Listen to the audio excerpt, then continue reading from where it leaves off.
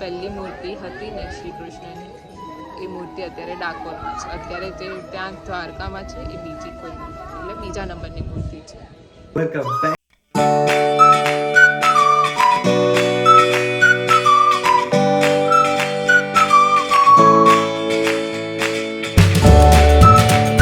કે ડાકોરનો વ્લોગ છે અને આ ડાયરેક્ટ નાઇટ કેવી રીતના પડી ગઈ. બટ ભૂલ આજે થઈ એવી કે જે મેં વિડીયો ક્લિપ લીધી હતી એ મારાથી ભૂલથી ડિલીટ થઈ ગઈ. સો ફરીથી મેં તમને ઇન્ટ્રોડક્શન આપી દઉં કે આજે અમે ગયા હતા ડાકોર. સો અમારા જોડે શું થયું એ તમને આજના વ્લોગમાં જોવા મળશે. તો ફટાફટ જાઓ અને જોઈ લો ડાકોરનો વ્લોગ. ટ્રાફિક પહોંચવા આવ્યા અને થોડાક માટે ટ્રાફિક નડ્યું. સો અત્યારે વાગવામાં આવ્યા છે 1:45 એન્ડ અમે પહોંચી ગયા છે. તો અત્યારે હવે નાસ્તા માટે ઊભી રાખી છે પપ્પાલાલ ગુમતી ઘાટ ગોટાવાળા. સો હવે જોઈએ કેવા લાગે છે હમણાં ગોટા. એમ તો અહીંયાના ફેમસ છે બટ જોઈએ. અને આ જો આપણા જોડે આવી છે ભૂલતા ને બતાવ્યું નહીં એટલે એવું નહીં કે નહીં આવી છે આપણા જોડે. આ લોટના ગોટા અને આ મારી ગોટી. મેન માટે મેંગો લસ્સી અને રોઝ માટે રોઝ લસ્સી.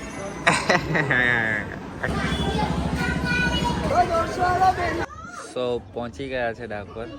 પણ જે રીતના તમને કીધું હતું કે અત્યારે મંદિર બંધ હશે તો અત્યારે મંદિર બંધ છે. હવે 4 વાગે ખુલશે. ત્યાં સુધી અમારે અહીંયા બેસવાનું છે.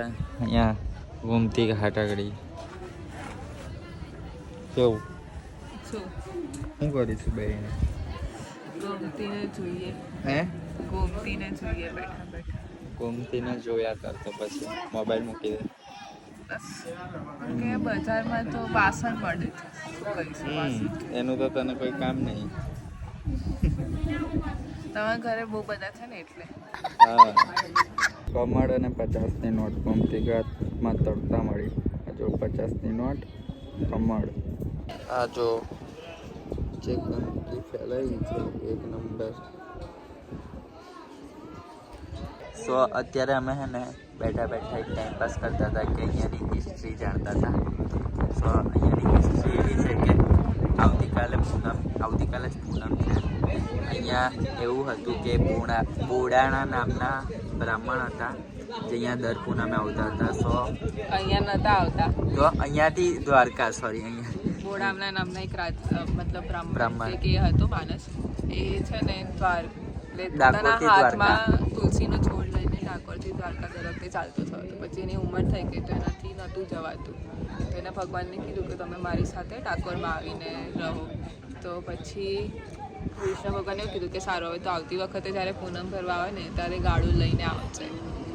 તો પછી જ્યારે બીજી વખત જ્યારે જાય છે તો ગાડું લઈને જાય છે. તો ત્યારે બધા જે દ્વારકાના પૂજારીઓને બધા હોય છે કે તો પૂછે છે કે તું આટલું તું ગાડું લઈને કેમ આવ્યો છે? તો એ કહે છે કે આજે છે ને મારી સાથે જે કૃષ્ણ ભગવાન છે ને મારા સાથે ડાકોર આવવાના છે. તો આનાથી બીને બધા જે દ્વારકાના બ્રાહ્મણો હતા ને એ લોકોએ મંદિરને બધાને તાળા મારી દીધા પંડિતોએ કે ભગવાન જઈ ના શકે. પણ એવું કે ભગવાનને તો કોઈ રોકી જ ના શકે. એમની જ્યાં ઈચ્છા હોય ત્યાં એ જઈ શકે છે. તો એ ગાળામાં તાળું મતલબ એ તાળું તોડ્યા વગર ડાયરેક્ટલી છે ને મતલબ એમની શક્તિઓથી પહેલાંના ગાળામાં બેસી જાય છે ઓડામનાને. અને પછી કહે છે કે તું આરામ કર અને હું ગાડું ચલાવીશ. તો બહુ ખાસા એના સુધી ગાડું ચલાવે છે. અને પછી જ્યારે સવાર પડશે ત્યારે એવું અહીંયા પહોંચી જ જાય છે. હા પછી એવું કહે છે જ્યારે અંદર એન્ટર થવાનું છે કે હવે તું ચલાય અને મતલબ હું આરામ કરું. તો મતલબ બધાથી બીને છે ને જે મૂર્તિ હોય છે કૃષ્ણ ભગવાનની એ પાણીમાં છુપાડી દે છે. કે પાછળ દ્વારકાથી બધા જે હોય છે ને એ મૂર્તિ શોધવા માટે આવી જ ગયા હોય છે. તો પેલા લોકો પછી બોડામના એને મારે છે. તો બોડામના એને મારે છે ને તેવું હોય છે કે જે લોહી છે ને એના શરીરમાંથી નથી નીકળતું. જે શ્રી કૃષ્ણ ભગવાનની એ હોય છે ને એમાંથી નીકળે છે.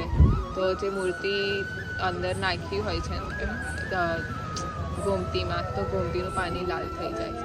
પછી પેલા લોકો છે ને બોડામના એના પાસે એવી શરત મૂકે છે કે જેટલું મૂર્તિ છે એટલા વજનનું તું સોનું આપીશ તમે તારી પાસે જ આ મૂર્તિ અહીંયા ડાકોરમાં રહેવા દઈશું. અને પેલા લોકોને ખબર હોય છે કે એ ગરીબ છે તો એ કંઈ આપી નહીં શકે અને પેલા પાસે ફક્ત મતલબ સોનું કહે તો એની પત્નીની વારી એટલે આ હતું નાકમાં પહેરીને. તો પણ એ વખતે ભગવાનના ચમત્કાર થયો કે જ્યારે વજન કરે છે ને તો એ નાકની વારીનું વજન કમ્પ્લીટ મૂર્તિ જેટલું જ થયું. અને પછી એટલે શરત મૂકી હતી એટલા માટે પછી કૃષ્ણ ભગવાન અહીંયા જસી ગયા. અને એટલે એવું કહેવાય છે કે દ્વારકામાં જે સૌથી પહેલી મૂર્તિ હતી ને શ્રી કૃષ્ણની એ મૂર્તિ અત્યારે ડાકોરમાં છે. અત્યારે જે ત્યાં દ્વારકામાં છે એ બીજી એટલે બીજા નંબરની મૂર્તિ છે. તો આ હતી ડાકોરની હિસ્ટ્રી. મને તો આખું યાદ બી રહેતું. તો અત્યારે હજી અડધો જ કલાક થયો છે ને અમને બેઉને કંટાળો આવે છે કેમ કે મંદિર હજુ 4 વાગે ખુલશે ને હજી વાગ્યા છે 3. તો વિચાર્યું કે જે આજનો બ્લોગ હતો એની કોમેન્ટ્સ વાંચીએ અને એના રિપ્લાય આપીએ. તો શું છે કોમેન્ટ આજની? પહેલી ચેતનાની છે.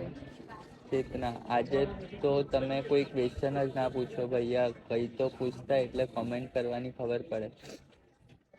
ગઈકાલે હા કદાચ મેં ભૂલી ગયો કેમ કે કોઈ ક્વેશ્ચન જ નહોતો. તમે પણ ક્વેશ્ચન આપો કે ક્વેશ્ચન આપશો તો મને ખબર પડશે કે આ ક્વેશ્ચન પૂછવા જેવો છે તો પૂછી લઈશ. આજે પણ મને એવું માઇન્ડમાં છે જ નહીં કે કયો ક્વેશ્ચન પૂછીશ. એ સેકન્ડ છે તમારા બ્લોગ સારા હોય છે અને સુપર હોય છે. Moksha Patel, thank you so much. आपके ब्लॉग्स में सच्ची में बहुत मज़ा आता है, इसलिए रोज ब्लॉग डालते रहो. कौन है? Saroj Solanki, thank you so much. 13 તારીખે માંડવી જવાના ભાઈ સોલંકી 47. 13 તારીખે માંડવી ખ્યાલ નહીં ક્યાં જવાના છે. જ્યાં બધાની વધારે વોટ હશે, જ્યાં બધાને કે અહીંયા જવું છે ત્યાં જવાના. પણ 13 તારીખે જવાના છે ખરી શોપિંગ પર, એટલે ઉત્તરાયણની રાત્રે જે હરાજી થાય છે એમાં. તુષાર પટેલે પરમાર હાર્ટ કાવ્ય ખબર નહીં શું. Kavya Solanki, big fan, thank you. વડોદરાની ઉત્તરાયણ 13 જાન્યુઆરી હરાજીમાં વ્લોગ શૂટ કરજો. અરે પાક્કો કરવાનો જ છું. દરબાર એડિટ્સ ભાઈ એક દિવસ મારા ઘરે આવજો, પાક્કું. વૈભવી પંચાલ, ઉત્તરાયણના બ્લોગ થોડા લોંગ કરજો. જોઈએ હવે કઈ ટાઈપનું થાય છે. બટ મને સૌથી વધારે ટેન્શન એ વાતનું હોય છે કે મોબાઈલમાં છે ને સ્પેસ નથી. બાકી તો મેં બહુ મોટો બ્લોગ કરું એન્ડ શું કહેવાય બેટરી પણ બહુ ખા કરે છે. આજે પણ મેં 64% કરીને આવ્યો હતો અને અત્યારે યુઝ પણ નહીં કર્યું કંઈ તો બી 45% થઈ ગયું છે કંઈ યુઝ કર્યા વગર. એટલે આઈફોન ખાલી સ્પેસ અને જો બેટરી વધારે દે ને તો આઈફોનની પેલું શું કહેવાય માર્કેટ પ્રાઇસ બહુ વધી જાય. માર્કેટ પ્રાઇસ તો એમ તો વધારે જ છે પણ આમ વધારે લે લોકો. તમારા બ્લોગ આવે પછી ચા પીઉં છું. ઓહ થેન્ક યુ સો મચ ભાઈ. મેચ ક્યાં રમાઈ છે?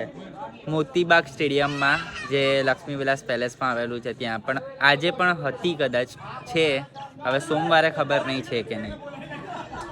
પછી બારિયા માનવ ભાઈ, બ્લોગ્સમાં કીધું હોત તો આજે જ મેચ છે તો અમે પણ આવો.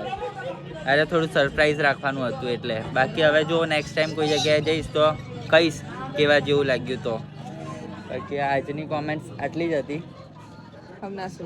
અત્યાર સુધીની, 3 વાગ્યા સુધીની. બાકી જે કોમેન્ટ્સ આવશે એ જોઈ લઈશ રાતે. કોઈ નવી કોમેન્ટ્સ હશે તો એનું રિપ્લાય આપી દઈશ. બાકી તો હવે શું કરીએ કંઈ ખબર છે નહીં.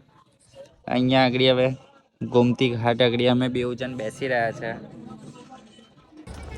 3:30 થઈ ગયા છે તો હવે અમે ચાલતા જઈ રહ્યા છે મંદિરે. અડધો કલાક ત્યાં બેસીશું, લાઈનમાં ઊભા રહીશું કેમ કે પબ્લિક તો છે એટલે વાર લાગશે. અત્યારે આવ્યા છો ત્યારે બધું ખાલી હતું ને અત્યારે બધું ફૂલ.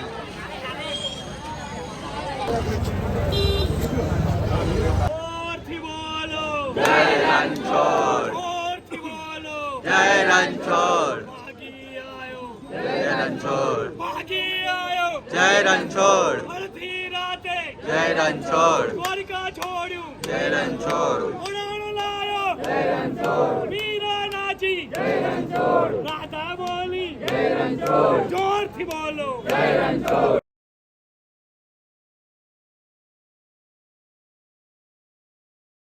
દર્શન થઈ ગયા છે. અહીંયાનું તમને પાર્કિંગ બતાવું, બહુ જ હેવી પાર્કિંગ છે. આ કોમ્પ્લેક્સ છે. હવે અહીંયાથી અંદર જવાનું. હા, અહીંયાથી જો આ છે પાર્કિંગ. કોઈનું ફ્લેટ છે એને બેઝમેન્ટમાં પાર્કિંગ બનાવી દીધું છે. જો સોંગ તો ગાવ પણ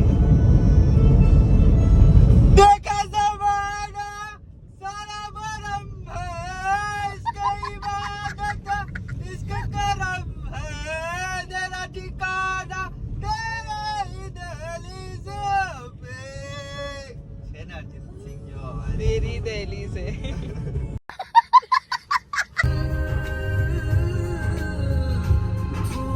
ડાકોરથી ડાયરેક્ટ થઈ ગયા છે અનગઢ. જે વડોદરાના હશે એમને ખબર હશે કે અનગઢ એ મોહની માતાનું મંદિર છે, જે નદીની વચ્ચે જે મંદિર છે એ છે અનગઢ. તો અત્યારે અહીંયા આવ્યા છે બહુ ટાઈમ પછી. મેં તો આવ્યો, તું કેટલા ટાઈમ પછી આવી? મેં 6-7 મહિના પછી આવ્યો. તો મેં કીધું તું જે તે નદીની વચ્ચે મંદિર છે. જો અત્યારે ખાલી એક કોમેન્ટ નવી આવી છે, જે છે પ્રેક્ષા પટેલની, જેમને કોમેન્ટ કરી છે કે વ્લોગમાં તમે ચેલેન્જ લો. તો હવે વ્લોગમાં શું ચેલેન્જ લઉં એ તમે કોમેન્ટ કરો. મારા બધા માટે ટાસ્ક છે કે મને કોઈ ચેલેન્જ આપવાનો છે જે મેં વ્લોગમાં એક્સેપ્ટ કરીશ. તો કોમેન્ટ્સ કરો કે મેં શું ચેલેન્જ લઉં એક વ્લોગમાં. અત્યારે નહીં, એટલે કોમેન્ટ્સ કરજો, પછી આપણે ઉત્તરાયણ પછી એ વ્લોગમાં ચેલેન્જ લઈશું. સો આ વિડીયો આપણે અહીંયા જ એન્ડ કરીએ છીએ. મળીએ એક નવા વિડીયો સાથે કાલે. સો ગુડ નાઇટ, જય માતાજી, જય શ્રી કૃષ્ણ, જય શ્રી રામ. Bye bye. અને હોય બાય બાય. કોકો કેટલાને ભાવે કમેન્ટ કરજો.